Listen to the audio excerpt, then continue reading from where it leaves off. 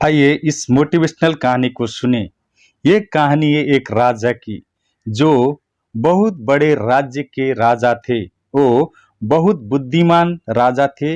आसपास के राज्य के छोटे बड़े राजा उनसे अपनी किसी समस्या का हल पूछने के लिए आते थे। वो अपने राज्य की जनता से बहुत लोकप्रिय राजा थे। राजा के 3 पुत्र थे। तीनों पुत्र बड़े ही समझदार थे। एक बार राजा ने अपनी तीनों पुत्रों की एक परीक्षा लेनी चाहा कि इनमें से कोई अपना राज्य का अगले राजा बनने के काबिल है या नहीं। राजा ने अपने तीनों पुत्रों को एक साथ अपने पास बुलाया और उनको एक काम देता है और कुछ शर्तें भी बताता है। राजा ने अपने तीनों पुत्र से कहा कि तुम तीनों को अपने राज्य में किसी एक पेड़ को ढूंढना है और उसके बारे में सारी सही जानकारी बतानी है कि पेड़ कैसा था और अन्य जानकारियां भी। और तीनों को एक शर्त भी दे दिया कि तुम्हें ये पेड़ 4 महीने के अंतराल में देखकर आना है। राजा ने आखिर में उस पेड़ का नाम भी बता दिया, जो उसके राज्य में केवल एक ही पेड़ था। वो पेड़ नाशपाती का था। तीनों लड़के में से सबसे पहले बड़ा लड़का उस नाशपाती के पेड़ को ढूंढने के लिए चला गया। वो पेड़ राज्य में एक ही था, इसलिए पेड़ को ढूंढने में काफी समय लगा। वो लोगों से पूछकर उस नाशपाती को ढूंढने में सफल हो गया। अपने महल में से दूर जाकर उसे वो नाशपाती का पेड़ मिल गया। उसने नाशपाती के पेड़ का निरीक्षण किया कि बिल्कुल सूखा था। उस पर ना तो पत्ते थे और ना ही फल थे। लड़का सोचने लगा कि ये भी कोई देखने लायक का पेड़ है। पिताजी ने मुझे इसको देखने के लिए कहा है, जिस पर ना कोई पत्ता है और ना कोई फल। अब राजा का बड़ा लड़का नाशपाती के पेड़ को देखकर वापस अपने महल आ जाता है और राजा के पास आकर लड़के ने कहा कि पिताजी, मैं उस पेड़ को देखकर आ गया हूँ, जिसको देखने के लिए आपने कहा था। आप कहो तो उसके बारे में आपको कुछ बताऊं। राजा ने कहा कि अभी आपको अपनी जानकारी को अपने पास ही रखो। समय आने पर तुमको सब कुछ बताने का मौका दिया जाएगा। 4 महीने हो चुके थे। अब बारी बीच वाले लड़के की थी। वो भी पेड़ की तलाश में चला गया। लोगों से पूछते हुए कुछ दिनों के बाद उसने भी नाशपाती का पेड़ मिल गया। अब नाशपाती के पेड़ पर कुछ हरे पत्ते थे, लेकिन कुछ फल नहीं था। वो पेड़ को देखकर वापिस अपने महल में आ गया। लड़का राजा के पास गया तो राजा ने उसे भी चुप रहने के लिए कहा। 4 महीने और बीत चुके थे। अब सबसे छोटे लड़के की बारी थी। उस पेड़ के बारे में जानकारी इकट्ठा करके आकर बताने की।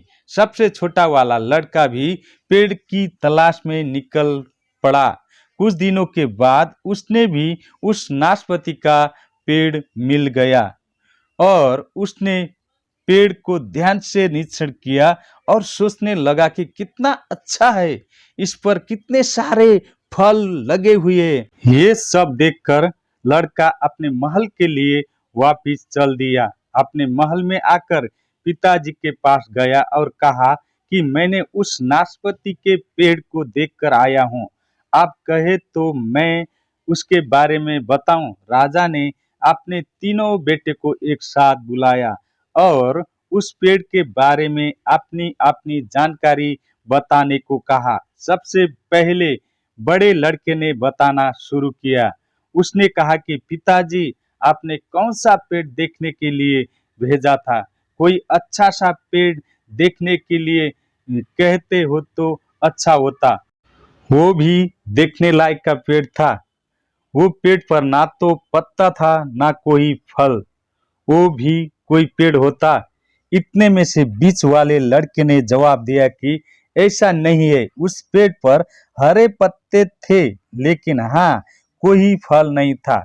इतना सुनकर छोटे लड़के ने कहा कि आप दोनों झूठ बोल रहे हैं। उस पेड़ पर पत्ते भी थे और फल भी थे। वो बहुत अच्छा पेड़ था, उस पर बहुत फल लगे हुए थे। अब तीनों पुत्रों में अपनी बात सही साबित करने के लिए आपस में बहस होने लगी। आसपास के खड़े लोग भी राजा के लिए कहने लगे कि ये कैसा राजा है, इसने अपने लड़कों में ही लड़ाई करवा दी, इनमें फूट डाल रहा है। अब राजा ने अपने तीनों पुत्रों को शांत होने को कहा और उनको समझाया कि आप तीनों ही सही कह रहे हैं, बिल्कुल सच बोल रहे हो, क्योंकि आपने उस पेड़ को 4 महीने के अंतराल में देखा था। उस अंतराल में उसमें बदलाव आ गए थे। जब पतझड़ था तो उसमें पत्ते नहीं थे, फिर कुछ दिनों के बाद उसमें पत्ते आ गए और कुछ और दिन बाद जब फल का समय आया तो उस पर फल भी लग गए। इतना कहकर राजा ने कहा कि इस काम को मैंने इसलिए चुना था कि तुम्हें 3 जरूरी बातों का पता चल सके जो तुम्हारे जीवन में बहुत काम आएगी। ये 3 बातें आइए हम सुनते हैं। पहली बात कि किसी को एक बार देखकर जज नहीं करना चाहिए। हो सकता है कि उसका समय खराब चल रहा हो और वक्त सही आते ही सब कुछ ठीक हो जाए। जैसे पेड़ पर पहले कुछ भी नहीं था और वक्त आते ही उस पर फल लगने लगे।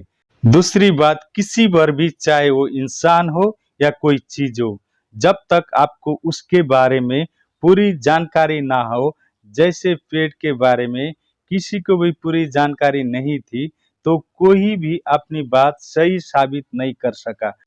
तीसरी जो सबसे महत्वपूर्ण बात यह है कि पेड़ की तरह ही इंसान भी हर समय एक जैसा नहीं रहता। जैसे पेड़ पतझड़ में सूख जाता है और सावन आते ही हरा भरा हो जाता है और समय आने पर फल भी देता है, उसी प्रकार इंसान के जीवन में भी उतार चढ़ाव आते रहते हैं। कभी परेशानी, कभी दुख तो कभी सुख भी आता है। इसलिए परिस्थिति के कारण किसी को कुछ भी बुरा भला कहना अच्छा नहीं होता। उम्मीद करता हूं कि आपको ये राजा और उसके पुत्र की प्रेरणादायक छोटी सी कहानी अच्छी लगी होगी। अगर कहानी अच्छी लगी तो कहानी को शेयर करें और लाइक कीजिए। अगर हमारे चैनल पर आप नया हो तो हमारे चैनल को सब्सक्राइब कर दीजिए। धन्यवाद।